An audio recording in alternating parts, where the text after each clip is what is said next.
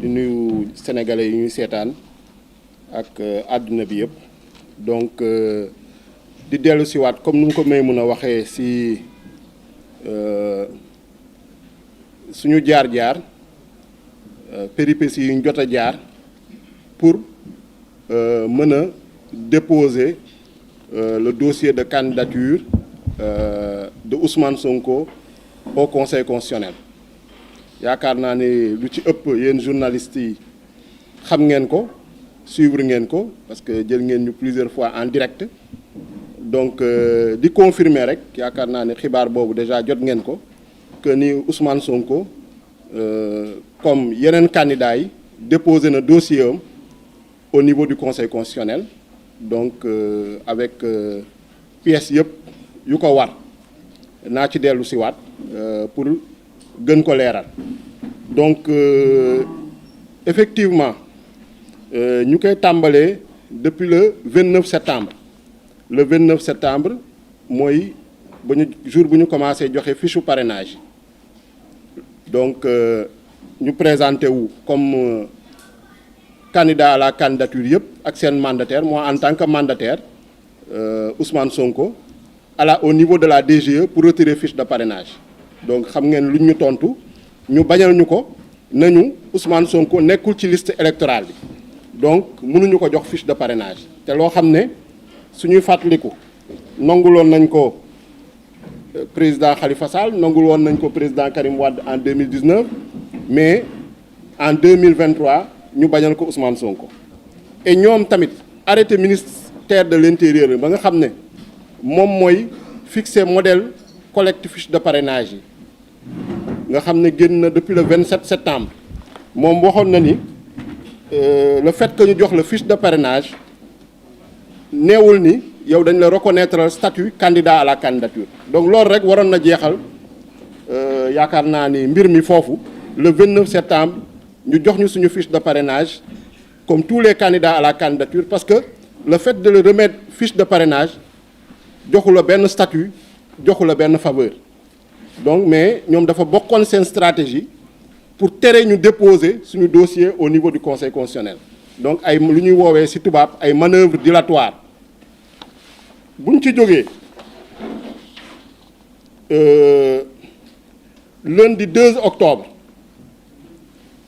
lundi 2 octobre nañu déposer suñu requête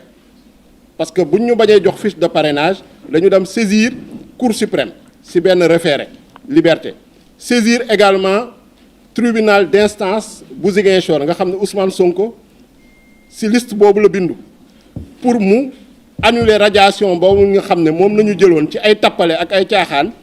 ñu ne au mois de juillet nañ ko jël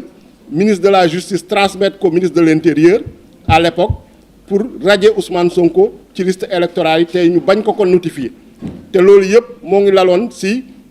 Ousmane Sonko du mën a exercer ses voies de recours mais malgré tout le lundi 2 octobre exercer nañu suñuy voies de recours 6 octobre yaakaar naa ni suivre ngeen ko Cour suprême génnee référé ne malgré que xam na ni liberté de candidature droit fondamental la mais jàppul ni DGE lu mu ñu bañ a jox fiche de parrainage dafa violer une liberté fondamentale en l'occurrence bu Ousmane Sonko malgré que gis nañ ni avocate générale Marème Diop Gueye dafoon réquisitoire en faveur de Ousmane Sonko jàpp ni pour moom dañoo violer droit fondamental u Ousmane Sonko te Cour suprême dafa waroon arrêter violation boobu mooy maanaam DGE joxe fiche de parrainage ensuite 12 octobre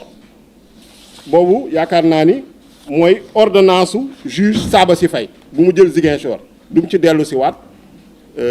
ñu am fa ndam bu rëy yaakaar naa ni ñoom Maimouna Bousso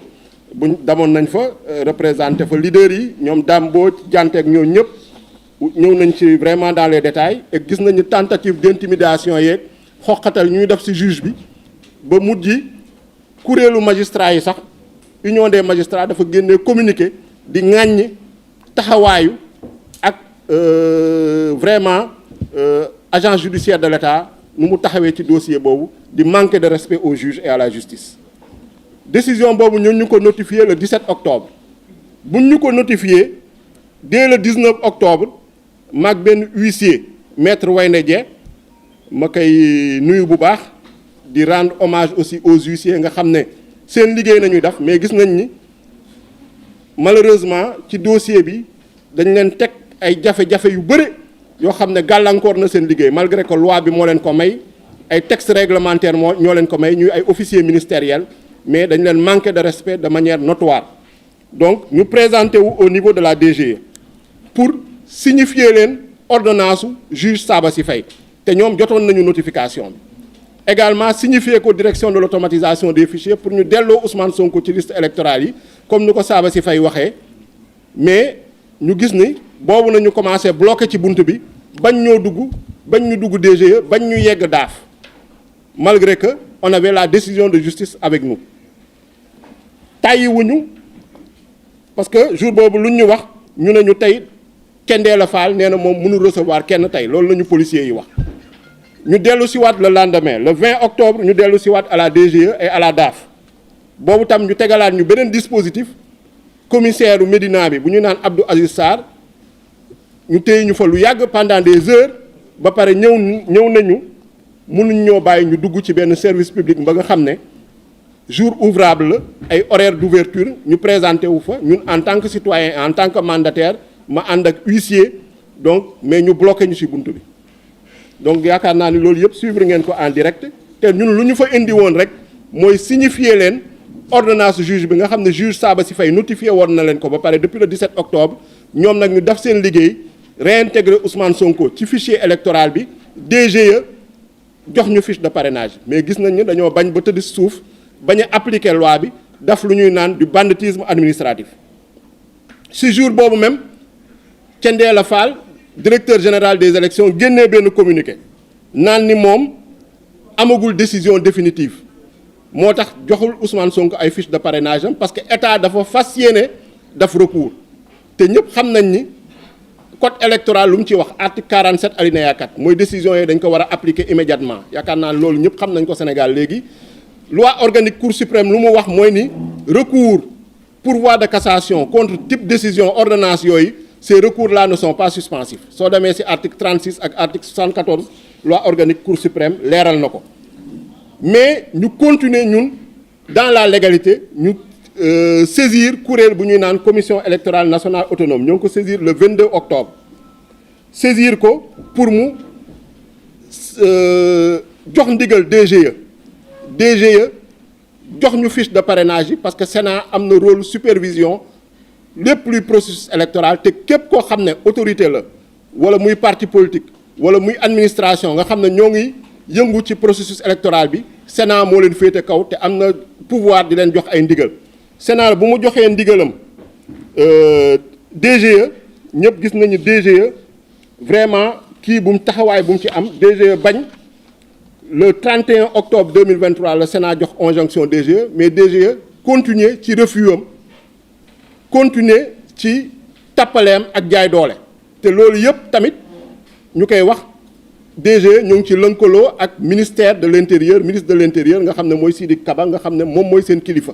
parce que DGE du def dara te déggoowu sa ak kilifam. Le 2 novembre suñu collectif avocat yi saisiraat Sénat pour wax Sénat ne ko bii yoon comme DGE daf nga ko injonction mu bañ na wéyee sa ndigal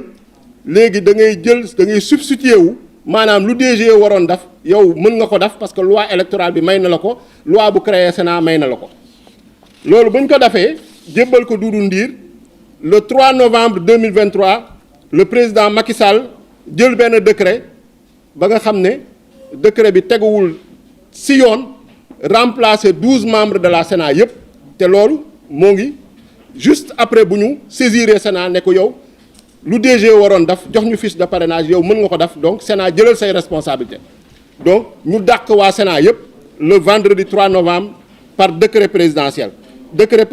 ba nga xam ne pratiquement respecté wul benn charte wala benn loi nga xam ne moom nañu war a jël suñuy remplacer membre Sénat yi bu si njëkk mooy tànn nañ fa ay ñoo xam ne xamee nañ leen par parloo parce que dañu yoroon ay mouvement de soutien wala mës nañu nekk ay candidats di soutenir waa APR wala bokk ci élection te ñooñu tànn lañ ne leen en tant que membre du Sénat respecté wuñu am na ñoo xam ne seen mandat jeexul woon ñu remplacer leen. également am na ay consultations yu ñu waroon def balaa ñoo remplacer membres yi respecté wuñ ko bu ñuy jël décret boobu moo taxoon ni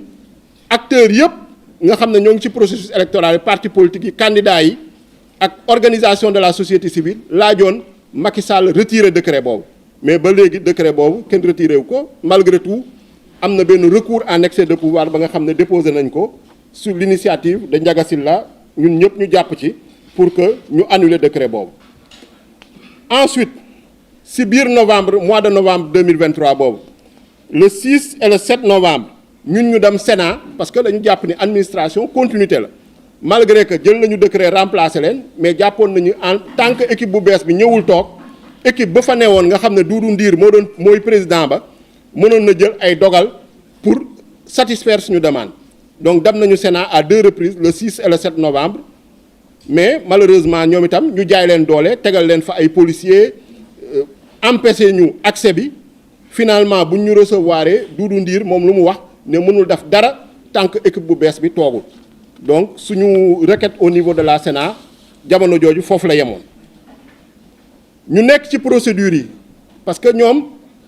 benn objectif nañu am naka nañ ñuy perteloo temps ba ñu yóbbuñu mooy lu ñuy woowee forclusion maanaam délai yu dépôt yi jot du ñu am pièces yu ñu war a am du ñu mën a déposer su boobaa maanaam suñu dossier du ñu ko mën a déposer kon du ñu mën a bokk loolu moo doon seen objectif loolu moo doon seen stratégie moo tax ñu le 17 novembre avant le 17 novembre déjà en mois de 23 octobre ñoom bu décision Sabassy Faye bi génnee état bi en l'occurrence agent judiciaire de l'état defoon nañu un pourvoi en cassation boobu ñoo ngi ko vidé le 17 novembre 2023 ñëpp gis lu fa xew cour suprême malgré que avocat général bi Ousmane Diagne dafa plaider woon ñu rejeter pourvoi état bi parce que jàpp na ni pourvoi état bi sukkandikuwul ci dara gis nañ ni juge cour suprême yi finalement dañoo décider casser ak annuler décision président tribunal d'instance Ziguinchor muy Sabassy Faye te gis nañ ni malgré loolu tamit nuñ ko defee méngoowul ak yoon parce que juge yi juróom nañu woon bu ñuy statuer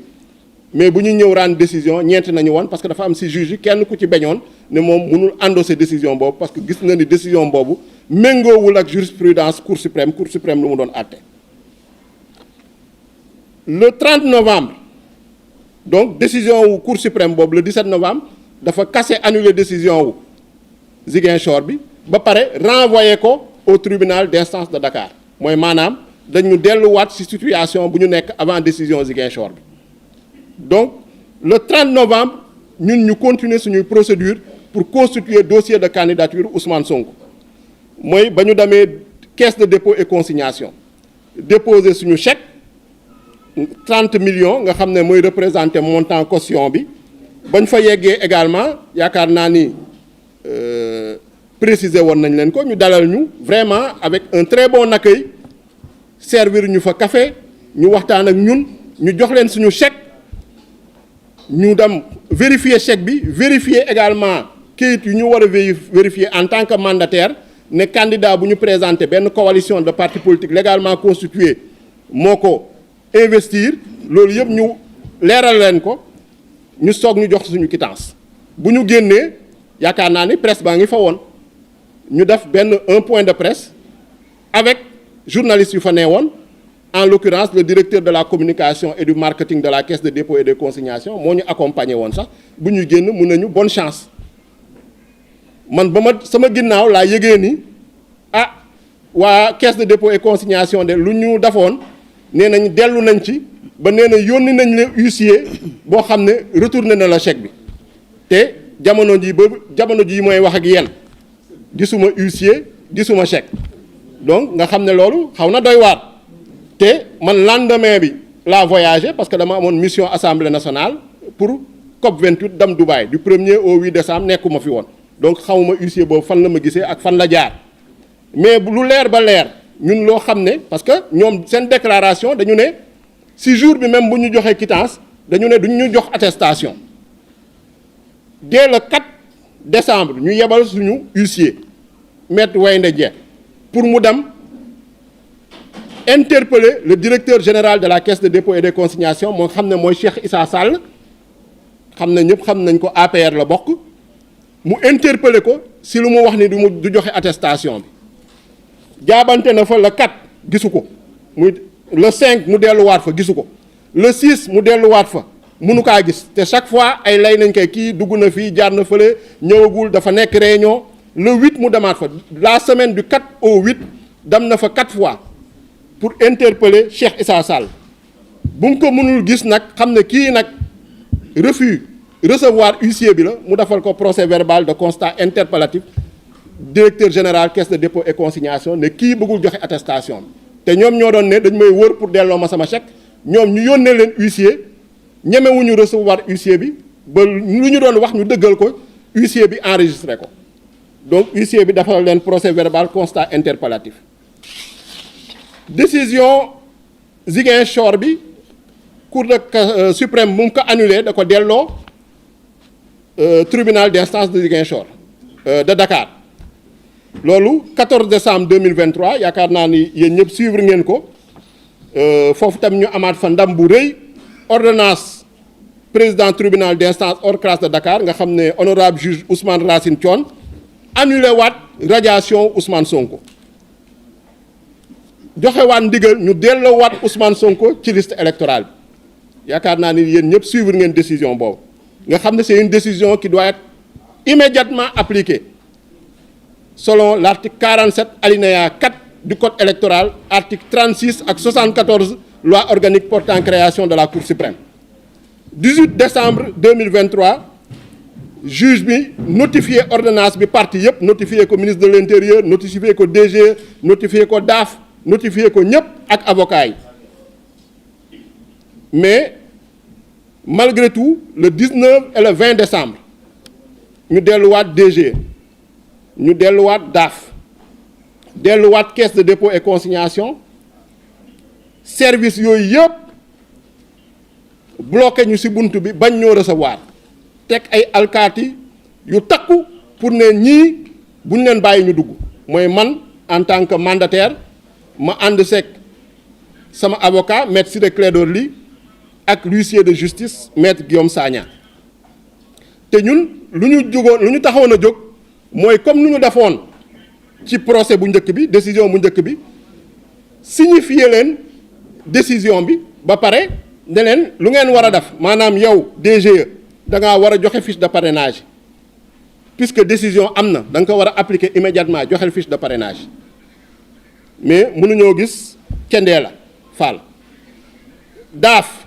da nga war a delloo immédiatement Ousmane Sonko ci liste électorale yi moom la juge bi ndogal mënuñoo gis Fiacre Badiane le directeur de l'automatisation du fichier CDC caisse de dépôt et consignation da nga war a joxe attestation parce que kii déposé na caution en bonne et due forme ba nga jox ko quittance léegi attestation moo ci des jox ko mënuñoo gis Cheikh Issa Sall le directeur général de la caisse de dépôt et consignation ñoom ñëpp làqatu seen ginnaaw bureau teg ay alkaati ci bunt bi ne ñii bu ñu leen bàyyi ñu accéder te ñu jiite ay service public jiite ay administration ñoo xam ne askan wi nañ fi nekkal te ñemewuñu jàkkaarloog ñun wax ñu seen argument wala seen version nga xam ne nekkuñu ci yoon léegi nag ñu gis ni autorités yi notamment ministre de l'intérieur DGE DAF caisse de dépôt et consignation dañoo persister ci lu ñuy woowee banditisme administratif persister ci seen refus appliquer décision de justice yi persister également ci loo xam ne ak yelleefu doom Ousmane Sonko di ko salfaañe te teg nañu jéego yépp ak procédure yu ñu waroon teg yépp lu ñu waroon def yépp def nañ ko pour que en tout cas ci njekk ak teranga ñu exécuter wu appliquer décision de justice yi appliquer code électoral appliquer constitution bi mais dañoo bañ lànk nekk dans la rébellion administrative nekk dans du banditisme administratif nekk ci parparloo caaxaan ak tappale teg légalité fële mel ni nekkatuñu ci état de droit soo gisee ba léegi ministre de l'intérieur ak ministre de la justice ñu jëloon ñoo xam ne ñoo créé problème ñëpp xam nañ ni ay toj-toj nañu def Macky Sall da leen mujj dàq kenn ki ñu yóbbu ko mu toppatoo ji ay pétrole keneen ki moom on l'a amené aux affaires étrangères parce que xam nañ ni lu ñu def ñu fa teg ñu bees ba léegi déggoo ci kenn prononcé wu ci affaire bi parce que ay avocat nañu xam nañu yoon xam nañu nekkuñu ci yoon Sidiki Kaba xam na ni nekkul ci yoon Maître Aïssata Tall Sall avocat la xam na ni nekkul ci yoon moo tax duñ ci wax léegi ñoom ñu ñuy saraxe nag mooy fonctionnaire yi ñu ñuy saraxe mooy administration bi ñoom Thiendella Fall ñoom Fiacre Badiane alors que ñooñu ay exécutants nañu mais ñoom ñooy commanditaires yi ak Macky Sall ak candidat am Amadou Ba nga xam ne mooy premier ministre moo jiite gouvernement bi donc situation bi nii la demee te ñëpp gis nañ ni ñoom lu ñu benn mbir rek moo leen ci taxoon a jóg mooy tardeel ñu ba ñu bañ a déposer suñu dossier de candidature au niveau du conseil constitutionnel au lieu que ñu am interlocuteur administration ay policiers nañ ñu tegal ne policiers yi jox leen ay instructions yoo xam ne ministre de l'intérieur lay jóge directement administration bu ñu dem bu leen bàyyi ñu dugg muy mandataire bi Ayib Daffé muy huissier muy avocat yi malgré que ñun ñëpp on a des cartes professionnelles man en tant que député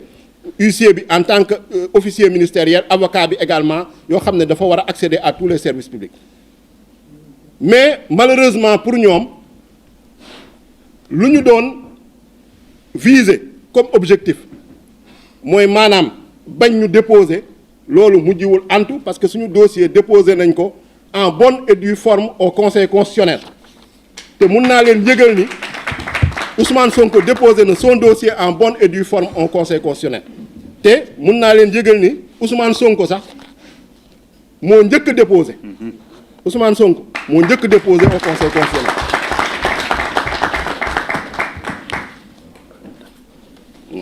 moo njëkk a déposé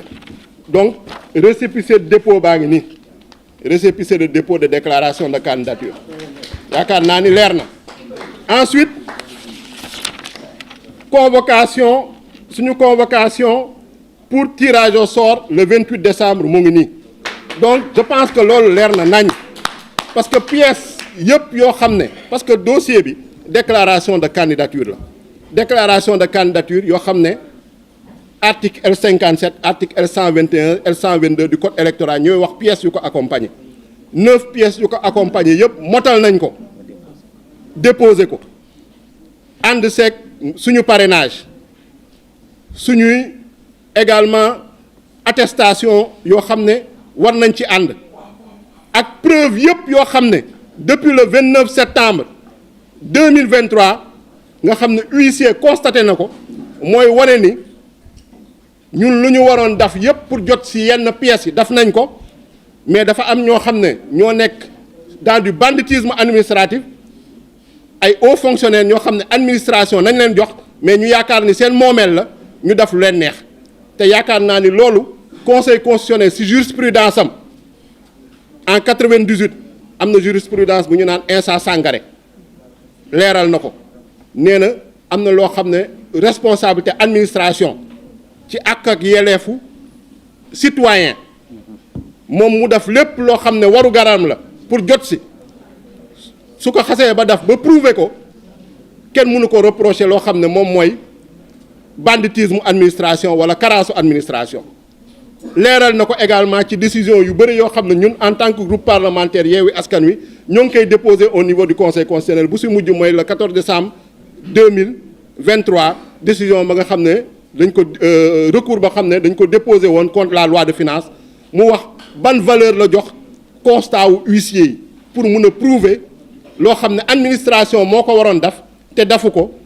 donc carence lay doon wala défaut de l'administration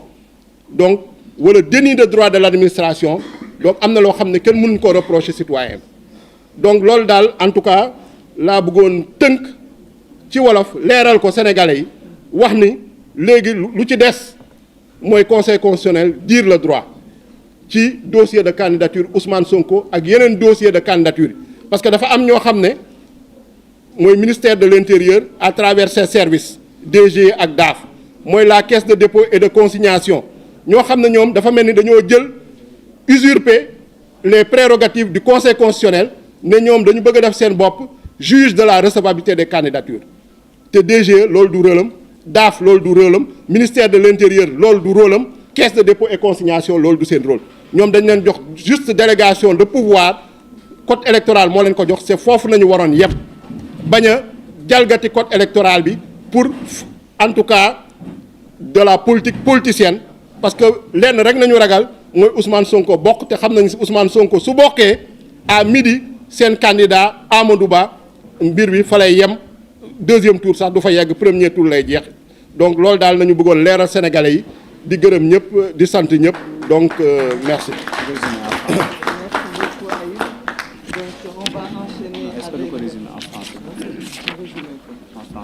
Comme c'est extrêmement important, Aïb, vous nous menez de faire un résumé en français. Voilà, donc merci Maïmouna. Donc très rapidement, je vais résumer le contenu de ma déclaration en français pour dire que nous sommes aujourd'hui en tant que mandataire du candidat Ousmane Sonko, mais également en tant que parlementaire, parce que je suis président de la commission des délégations et je suis interpellé en tant que président de la commission des délégations parce que au niveau de l'Assemblée nationale, notre commission est chargée du suivi et du contrôle de l'application des lois. Je suis également membre du comité sénégalais des droits de l'homme. Je représente l'Assemblée nationale au niveau du comité sénégalais des droits de l'homme et au-delà de mon appartenance partisane, en tant que représentant du peuple et membre du comité sénégalais des droits de l'homme, quand des libertés fondamentales, quand des droits fondamentaux sont bafoués et violés, je suis interpellé. Et ici, il s'agit d'une liberté fondamentale, parce qu'il y a le principe constitutionnel de l'accès de tous les citoyens sans discrimination à l'exercice du pouvoir à tous les niveaux. La liberté d'électeur et d'être éligible est un droit fondamental. Mais depuis le 29 septembre 2023, nous avons assisté à des manipulations administratives du droit électoral par des fonctionnaires qui ont voulu usurper les prérogatives et responsabilités du Conseil constitutionnel, qui est le seul juge de la recevabilité et de la validité des candidatures. Donc, je ne serai pas très long pour rappeler juste quelques dates. Le vendredi 29 septembre 2023, on s'est vu, moi en tant que mandataire, et l'huissier Maître Wayne opposer un refus infondé et non motivé de la part de la Direction générale des élections, service du ministère de l'Intérieur, de nous remettre les fiches de collecte de parrainage pour le candidat Ousmane Sonko, sous le prétexte fallacieux que Ousmane Sonko n'est pas électeur, n'est pas sur les listes électorales. Alors que l'arrêté du ministre de l'Intérieur, qui fixe le modèle des fiches de collecte de parrainage, précisait que la délivrance des fiches de parrainage n'est pas la reconnaissance d'un quelconque statut du candidat à la candidature. Donc, et on refuse à Ousmane Sonko ce qu'on avait accordé en 2019 au président Khalifa Sall et Karim Wade. Donc, sur cette base, nos avocats ont introduit, les avocats du candidat Ousmane Sonko, les requêtes aux fins d'annulation de la radiation du président Ousmane Sonko des listes électorales et un référé liberté auprès de la Cour suprême. Le jeudi 12 octobre 2023, le président du tribunal d'instance de Ziguinchor, l'honorable juge Sabassi Faye, a fait droit à la requête d'Ousmane Sonko en annulant la radiation des listes électorales et en ordonnant sa réintégration sur les listes électorales, malgré toutes les tentatives d'intimidation, toutes, en tout cas les menaces faites à son encontre, notamment par le biais de l'agent judiciaire de l'État, ce qui a amené d'ailleurs l'Union des magistrats du Sénégal à faire un communiqué pour dénoncer ce non-respect de la séparation des pouvoirs. Cette décision a été notifiée à toutes les parties le 17 octobre. Le 19 et le 20 octobre, nous nous sommes présentés avec l'huissier pour signifier ces décisions, cette ordonnance aux services centraux du ministère de l'Intérieur, en l'occurrence la Direction générale des élections, dirigée par M. Thiendella Fall, la Direction de l'automatisation des fichiers, dirigée par M. Fiacre Badiane, et également au ministre de l'Intérieur lui-même, à la Sénat, à l'agent judiciaire de l'État. Mais au niveau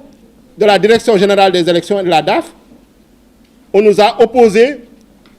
des barricades policières donc, qui nous ont empêchés d'accéder aux locaux, en violation de toutes les lois et règlements de ce pays et de tous nos droits. Le 20 octobre, le même directeur général des élections justifiait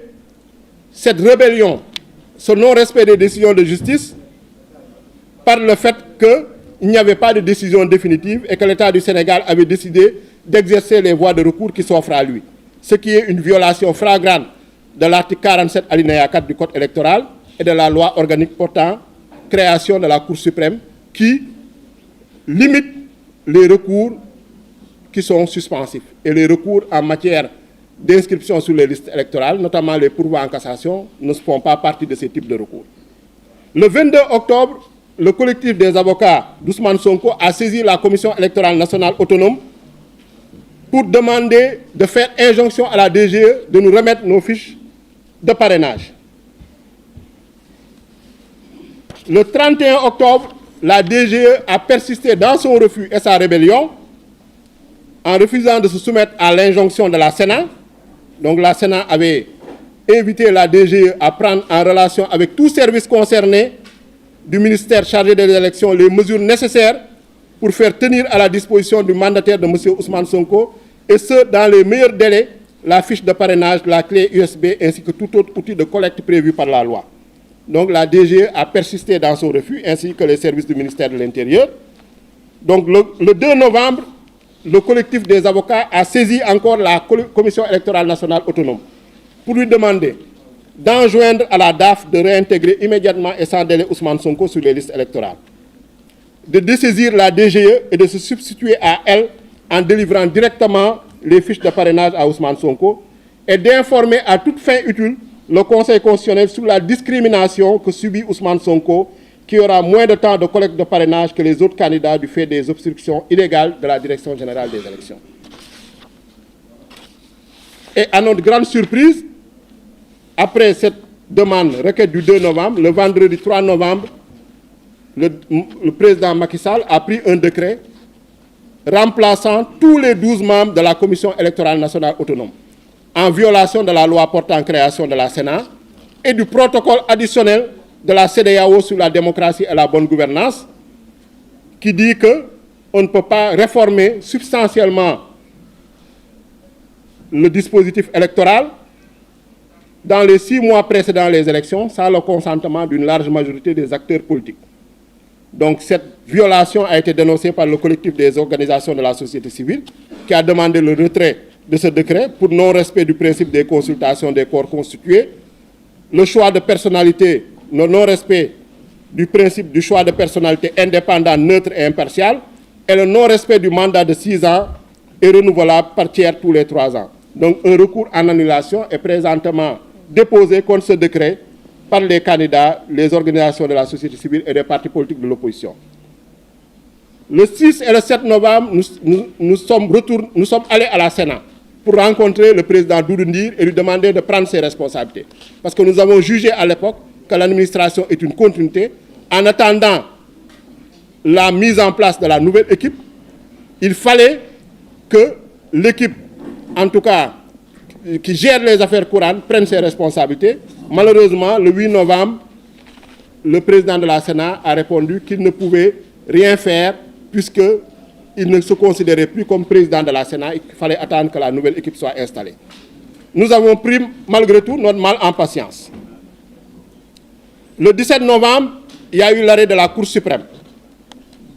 qui a cassé et annulé la décision du 12 octobre 2023 du président du tribunal d'instance de Ziguinchor, Sabassi Faye, et qui nous a renvoyés devant le tribunal d'instance hors classe de Dakar. Donc malgré un réquisitoire de l'avocat général Ousmane Diagne à notre faveur, et qui rappelle un peu le réquisitoire également de l'avocate générale Marème Diop Gueye, dans le procès jugement en référé devant la chambre administrative de la Cour suprême. La Cour suprême n'a pas suivi les réquisitoires de ses avocats généraux et a cassé la décision du juge Sabassy Faye en renvoyant au tribunal d'instance de Dakar. Le 30 novembre, nous nous sommes rendus à la Caisse de dépôt et consignation pour déposer notre chèque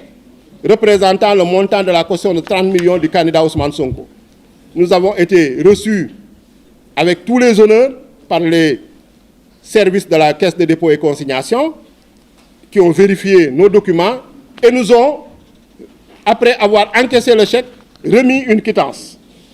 C'est à notre grande surprise, après notre départ, qu'on a été informé par la presse de la volte-face brutale, en tout cas de la Caisse de dépôt et consignation, qui ont affirmé qu'ils m'ont retourné le chèque par voie d'huissier. Ce qui est complètement faux, puisque jusqu'au moment où je vous parle, je n'ai pas reçu de chèque ni vu d'huissier. Au contraire, c'est nous qui avons envoyé le 4, le 5, le 6 et le 8 décembre 2023 notre huissier, Maître Wayne, pour qu'il nous remette notre attestation, puisque nous avons considéré que nous avons déposé en bonne et due forme un chèque et qu'il nous avait remis en une quittance, il devait nous remettre l'attestation. Sauf à vouloir violer le code électoral, en tout cas, et ce qu'ils sont persistés à faire. Et nous avons, l'huissier a dressé un procès verbal de constat interpellatif après avoir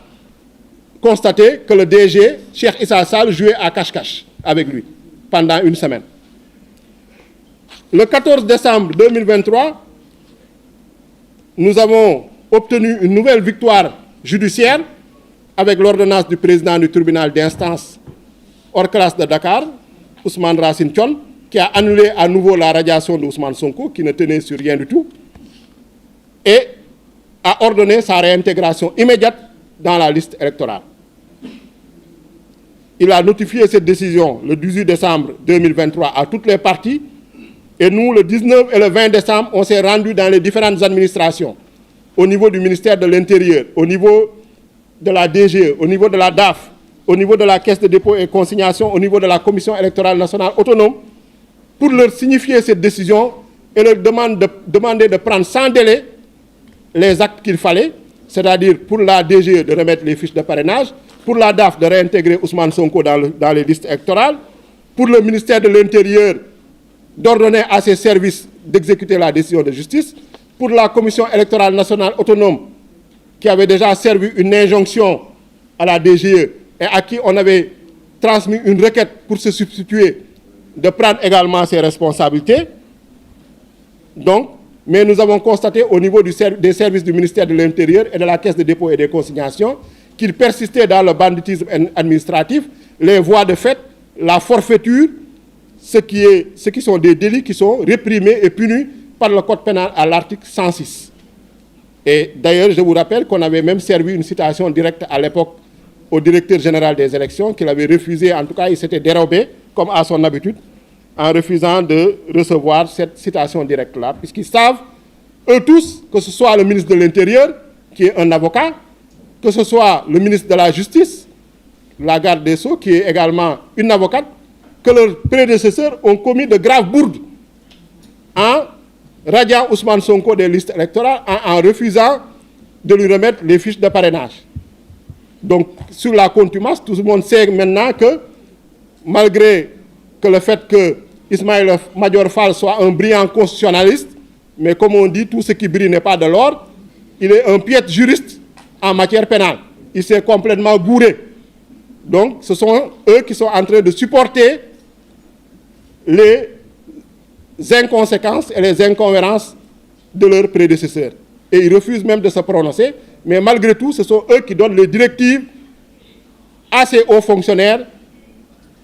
qui sont en train de les appliquer sans aucune base légale ni aucun fondement. Donc, au vu de tout cela, vous avez constaté avec nous que cette administration, le ministère de l'Intérieur et son administration, la Caisse de dépôt et des consignations, aidés en cela, soutenus en cela par de hautes autorités, notamment le président de la République qui a eu à prendre un décret remplaçant tous les membres de la Sénat, le Premier ministre qui est lui-même le premier intéressé puisqu'il est lui-même candidat, puisque c'est lui le premier qui a à gagner à ce que Ousmane Sonko soit écarté de la compétition, puisqu'il pense que si Ousmane Sonko participe, il n'a aucune chance. Et en tout cas, il ne passera, ce sera plié à midi au premier tour. Donc, il use de tous les subterfuges et manigances pour écarter Ousmane Sonko. Étant donné qu'ils étaient dans une manœuvre dilatoire visant à nous amener vers la forclusion et en empêchant qu'on puisse déposer notre dossier de déclaration de candidature au niveau du Conseil constitutionnel. Mais vous avez tous constaté que tous ces efforts, toute cette armada, tous ces moyens financiers, ces milliards qu'ils ont dépensés en frais d'honoraires d'avocats, le budget de l'agence judiciaire de l'État a été dilapidé pratiquement dans cette affaire-là, qu'ils n'ont pas réussi, en tout cas à 2 mois des élections, à obtenir gain de cause, puisque Ousmane Sonko a pu déposer son dossier de candidature et il a été pratiquement le premier à déposer son dossier de candidature au niveau du Conseil constitutionnel. Avec sa déclaration de candidature, avec les 9 pièces exigées par l'article 121 du Code électoral et en se conformant bien sûr à l'article 28 et 29 de la Constitution. Ce qui veut dire qu'ils ont encore lamentablement échoué dans leurs manœuvres et leurs tentatives dilatoires. Et qu'ils restent au Conseil constitutionnel en tant que seul juge de la recevabilité et de la validité des candidatures à dire le droit et seulement le droit en validant la candidature d'Ousmane Sonko, puisqu'il jouit de tous ses droits civils et politiques. Au moment où on parle, il est électeur et il est éligible, il est sénégalais, il remplit toutes les conditions pour être candidat et il est soutenu par une large majorité du peuple sénégalais. Donc il doit être candidat et le Conseil constitutionnel, en tout cas, a toutes les pièces en main, à toutes les preuves irréfutables qui ont été constatées par voie d'huissier. Et s'il se conforme à sa jurisprudence, notamment depuis 1998 dans l'affaire Insa Sangaré, le Conseil constitutionnel ne manquera pas de valider la candidature d'Ousmane Sonko. Donc ce que j'avais à dire en vous remerciant de votre aimable attention. Merci.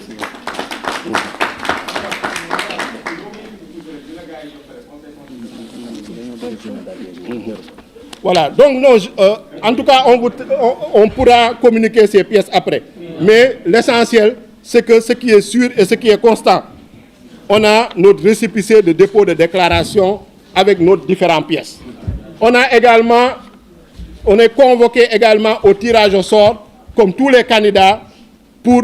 en tout cas, le contrôle des parrainages. Donc, c'est ce que j'avais à dire. Je vous remercie donc, de votre aimable attention. Merci beaucoup, Aïe. Bravo. Merci, bravo pour C'était long. ce parcours honorable. Donc, que Gambo se rapproche. Mon frère.